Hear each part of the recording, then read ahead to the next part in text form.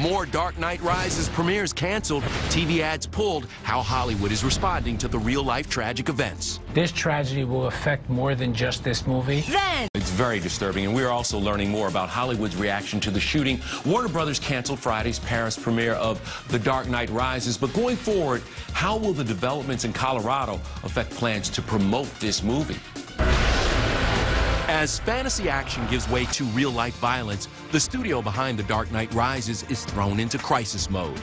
This is a real national tragedy. A horrific scene east of Denver where a night at the movies has turned into a nightmare.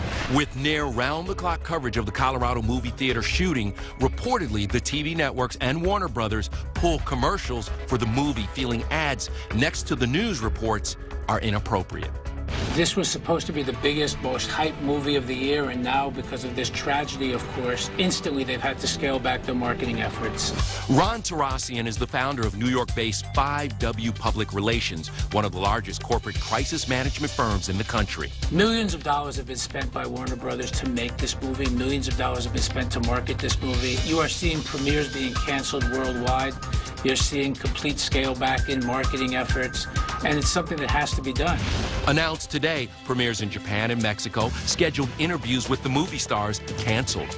Anne Hathaway releasing this statement, "My heart aches and breaks for the lives taken and altered by this unfathomably senseless act." The studio even delaying estimates of how much the movie made, leaving a few outlets like The Hollywood Reporter guessing the box office between 165 and 170 million.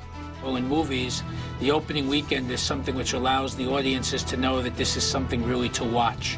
Warner Brothers not being able to brag about opening week really means that they're going to have to push the numbers that much longer, and I think that you'll see millions of dollars being invested, and this movie is something that still has to go. Now, an inside view on the long-term damage at the box office. Warner Brothers considering making wholesale changes to other violent movies it plans to release this year.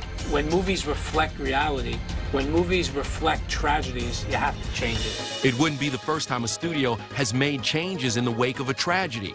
Earlier this year, Fox had to make changes to the campaign for Neighborhood Watch after the Trayvon Martin shooting by self-appointed Neighborhood Watch member George Zimmerman.